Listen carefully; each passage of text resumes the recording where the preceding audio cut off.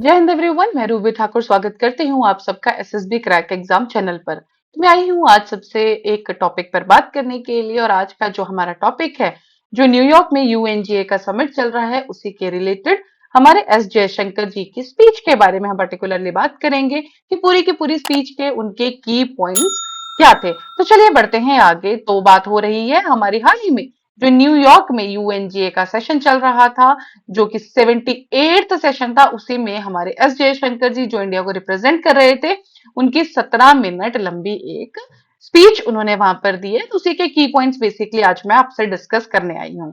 तो जब उन्होंने अपनी स्पीच की स्टार्टिंग की, तो उन्होंने जो पर्टिकुलर वर्ड यूज किया, दैट इज रिलेटेड टू नमस्ते फ्रॉम भारत। और ये अपने आप में एक न्यूज का पॉइंट इसलिए बना क्योंकि हम सब जानते हैं अभी कुछ समय पहले इंडिया और भारत का नाम चेंज करने के प्रति पहले बहुत ज्यादा न्यूज चल रही थी। अपोजिशन का कहना था कि हमारा जो सेंट्रल गवर्नमेंट है वो इंटेंशनली ये चीजें कर रही है, वो इंडिया का नाम भारत रखना चाहती है, कॉन्स्टिट्यूशन में चेंज करना चाहती है। और उसके पीछे का जो उन्होंने रीजन दिया, जो अपोजिशन पार्टीज ने मिलकर एक ब्लॉक बनाया है, उन्होंने उसका नाम भी इंडिया रखा है। इवन हमने G20 समिट जब हुई, हमने उसमें भी देखा कि जो ऑफिशियल प्ले कार्ड था हमारे प्राइम मिनिस्टर नरेंद्र मोदी जी का, उसमें भी भारत ही लिखा गया है। तो उन्होंने जो अपनी स्पीच स्टार्ट की, हमारे जयशंकर जी ने, उन्होंने 2 बार भारत शब्द का यूज किया। एक बार तो बिल्कुल स्टार्टिंग में जिसमें उन्होंने कहा नमस्ते फ्रॉम भारत, और एंडिंग में भी जब हम कंक्लूजन पे पहुंचे वो अपनी स्पीच को, उसमें भी उन्होंने यूज किया इंडिया, दैट इज भारत। तो अब हो सकता है कि इसको एक अंदाजा लगाया जा सकता है कि यूएन तक पहुंचाया गया हो इंडिया का संदेश, कि हो सकता है आने वाले टाइम पे हमारा पर्टिकुलरली नाम इंडिया से भारत ऑफिशियली चेंज कर दिया जाए। तो चलिए हम जानते हैं बाकी के की पॉइंट्स जिन पे बात की गई है।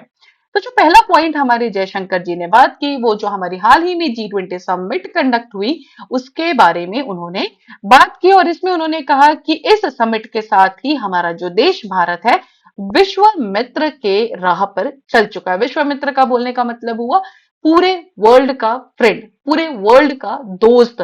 तो उसी पे उन्होंने कहा कि हम एक पहले नॉन अलाइनमेंट की पॉलिसी से हटकर अब हम पूरे वर्ल्ड के साथ, पूरे विश्व के साथ दोस्ती की राह में सबको एक साथ लेकर चलने में विश्वास रखते हैं। इसी बीच उन्होंने जो यूएनजीए की थीम थी, rebuilding trust and reigniting global solidarity, इसमें भी उन्होंने अपना सपोर्ट दिया। उन्होंने कहा कि जिस टाइम पे पूरे देश में एक टर्मोइल चल रहा था, कहीं वॉर चल रहा है, कहीं कुछ इश्यूज चल रहे हैं, उस बीच में एक बहुत बड़ी रिस्पॉन्सिबिलिटी भारत ने उठाई है, जो थी G20 की प्रेसिडेंटशिप। और उसी में उन्होंने कहा, उन्होंने अपनी थीम के बारे में कहा कि one earth one family one future वासुदेव कुटुंबकम, ये हमारी थीम थी। और यही दर्शाता है कि भारत की सोच और भारत के एक्शंस पूरे विश्व को साथ लेकर चलने में है, कि हम पूरे देश को, पूरे भारत को, पूरे वर्ल्ड को हम एक ही मानते हैं, एक परिवार की तरह हम मानते हैं। और इसी पे हमारा मेन फोकस रहेगा, जो भी हमारे आने वाले स्टेप्स रहेंगे। उनका कहना था कि जैसे हमने अफ्रीकन यूनियन को परमानेंट मेंबर बनाया G20 समिट के अंदर, उसी एग्जाम्पल के साथ उन्होंने रिलेट किया कि सिक्योरिटी काउंसिल को भी कंटेम्पररी उसमें इंक्लूड किया जाए। उन्होंने अपने इस पर्टिकुलर स्टेप से भी, जो अफ्रीकन यूनियन को इंक्लूड करने का स्टेप था, उसमें भी उन्होंने एक चीज दर्शाई है कि जो कंट्रीज जिनको प्रॉपरली एक जो नाम नहीं मिला था, या जिनके इंक्लूजन पे बाकी कंट्रीज, जो डेवलप्ड नेशन से हटके जो बाकी कंट्रीज को भी हम रिकॉग्नाइज करेंगे, और इसीलिए उनका स्टेप आया था अफ्रीकन यूनियन को परमानेंट मेंबर बताने के ऊपर। अगली जो उन्होंने बात की, जो इस टाइम का जो सबसे हीटेड इशू है जो चल रहा है, that is related to India और कनाडा का इशू। और उसी के ऊपर उन्होंने कहा कि जब उनसे पूछा गया कि आपका इंडिया और कनाडा के बारे में क्या कहना है, तो उन्होंने कहा कि जो कनाडा इस टाइम पे चल रहा है, organised crime related to secessionist forces, violence and extremism, Canada raising concerns them being very very permissive. बोलने का तात्पर्य यह है कि इस पर्टिकुलर टाइम पे जो कनाडा है हमारा ऑर्गेनाइज्ड क्राइम कर रहा है, प्लस सेसेशनिस्ट फोर्सेस, मतलब कि बहुत चीजों से वो सिसीड कर रहा है, पीछे हट रहा है। और जिन पर्टिकुलर चीजों से बाकी जो कंट्रीज हैं वो अगेंस्ट जा रही हैं, वो उन्हीं को एडॉप्ट कर रहा है। तो ये कहना आया है उनका पर्टिकुलरली कनाडा के इशू में। उसमें उन्होंने एक चीज और कही है कि हमने बहुत बार कनाडा को ऐसे इंफॉर्मेशन दी है कि क्राइम किया जा रहा है, प्लस उनके पास सबूत है कि बहुत सारी एक्स्ट्राडिशन रिक्वेस्ट भी उनके पास अभी पड़े हैं। उसके ऊपर उनने एक और चीज कही कि जब बात आई हरदीप निज्जर किलिंग की, जहां से पूरा का पूरा इंडियन कनाडा का जो इश्यू स्टार्ट हुआ था, ये स्टार्ट हुआ था हरदीप निज्जर के मरने से ही। तो उन्होंने कहा कि पर्टिकुलरली कनाडा हमेशा से एक पॉइंट आउट कर रहा है इंडिया का हाथ है। तो उन्होंने कहा कि जब अगर हमें प्रॉपर सबूत अगर मिलेंगे कि नहीं इंडिया का नाम इसमें है या इंडिया का कोई भी ऐसा पर्सनल इसमें इन्वॉल्व है, तो उसके ऊपर प्रॉपर एक्शन लिया जाएगा, लेकिन उससे पहले आपको एक पुख्ता सबूत हमें सबमिट करने होंगे। उन्होंने जो हमारे वहां पर इंडियन डिप्लोमेट्स हैं या इंडियन कॉन्सुलेट्स हैं कनाडा में, उनके ऊपर भी थ्रेट की बारे में बात की कि हाँ अभी उनके ऊपर पर्टिकुलर थ्रेट का उनको खतरा है।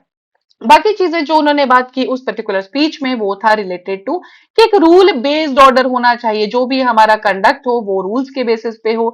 यूएन चार्टर के ऊपर भी उन्होंने बात की, fair equitable and democratic order के ऊपर बात की। उन्होंने कहा कि अमृत काल में इंडिया स्टेप कर चुका है। अमृत काल का मतलब जो 75 से 100 साल अब आगे हैं, जो हमारे अगले 25 साल है, तो एक अमृत काल का उसको नाम दिया गया है। तो उसमें हम स्टेप कर चुके हैं। चंद्रयान 3 के ऊपर उन्होंने बात की कि कैसे चंद्रयान 3 की सक्सेस ने पूरे वर्ल्ड में हमारे भारत का मार्क बनाया है। और सबसे बड़ी बात जो उन्होंने एक और चीज की, वो है हमारी गवर्नेंस सिस्टम, डिलीवरी सिस्टम के ऊपर, जो है डिजिटल, कैसे हम डिजिटल इंडिया के ऊपर आगे बढ़ रहे हैं। और अभी हाल ही में जो हमारा बिल पास हुआ है, विमेन रिजर्वेशन बिल, उसके बारे में भी उन्होंने बात की कि कैसे हम चीजों को लेके चल रहे हैं, जो पहले हिस्टोरिकल जो चीजें थी उनसे हट के आज हम डेमोक्रेसी के ऊपर अपनी ट्रेडिशनल रूट्स को ना छोड़ते हुए आज हम काम कर रहे हैं। तो कंक्लूडिंग स्पीच जो मैं आपसे स्टार्टिंग में भी बात की थी कि इसमें भी भारत का मेंशन आया था, तो उसमें इनका कहना था कि tradition and technology equally confidently to the table, कि हम अपने ट्रेडिशन को, टेक्नोलॉजी को साथ में लेकर चलते हैं, साथ में लेकर हम टेबल पर आते हैं। इसीलिए आज जो हम इंडिया देख रहे हैं, दैट इज भारत। इसलिए आज की जो पिक्चर है ये ऐसी है। तो बोलने का मतलब ये है कि इंडिया दैट इज भारत, जो उन्होंने स्पेसिफिकली मेंशन किया, वो फ्यूजन है ट्रेडिशन और टेक्नोलॉजी का। So that was all related to this particular UNGA speech of R S Jaishankar. So भी आप स्क्रीन पे देख रहे हैं हमारे कुछ ऑनलाइन कोर्सेज। तो जी हाँ, एसएसबी क्रैक एग्जाम तैयारी कराता है आपको इंटरव्यू कोर्सेज की। हर महीने हमारे बैचेस बैठते हैं, तो आप प्लीज ज्वाइन कीजिए। प्लस अभी आप स्क्रीन पे देख रहे होंगे, एसएसबी क्रैक एग्जाम तैयारी कराता है सभी डिफेंस एग्जाम्स की, सीडीएस, एनडीए, एफकेट, जो कि बहुत बहुत ज्यादा अफोर्डेबल रेट्स में है। आप इनमें एनरोल कर सकते हैं, और जैसे ही आप एनरोल करेंगे उस पर्टिकुलर टाइम पे डिस्काउंट कोड जो है वॉरियर 10, ये लगाना ना भूलें। इस कोड को अप्लाई करते ही आपको मिलेगा 10% का ऑफ, जो भी आपका टोटल कॉस्ट होगा कोर्स का। So that was all for the day. Thank you so much. जय हिंद, जय भारत। अगर आप एक डिफेंस एस्पिरेंट हैं और SSB interview, NDA, CDS, AFCAT जैसे एग्जाम्स के लिए प्रिपेयर कर रहे हैं, तो आप एसएसबी क्रैक एग्जाम्स के कोर्स को चेक करना ना भूलें। आप हमारी लर्निंग एप्लीकेशन को गूगल प्ले स्टोर से भी डाउनलोड कर सकते हैं।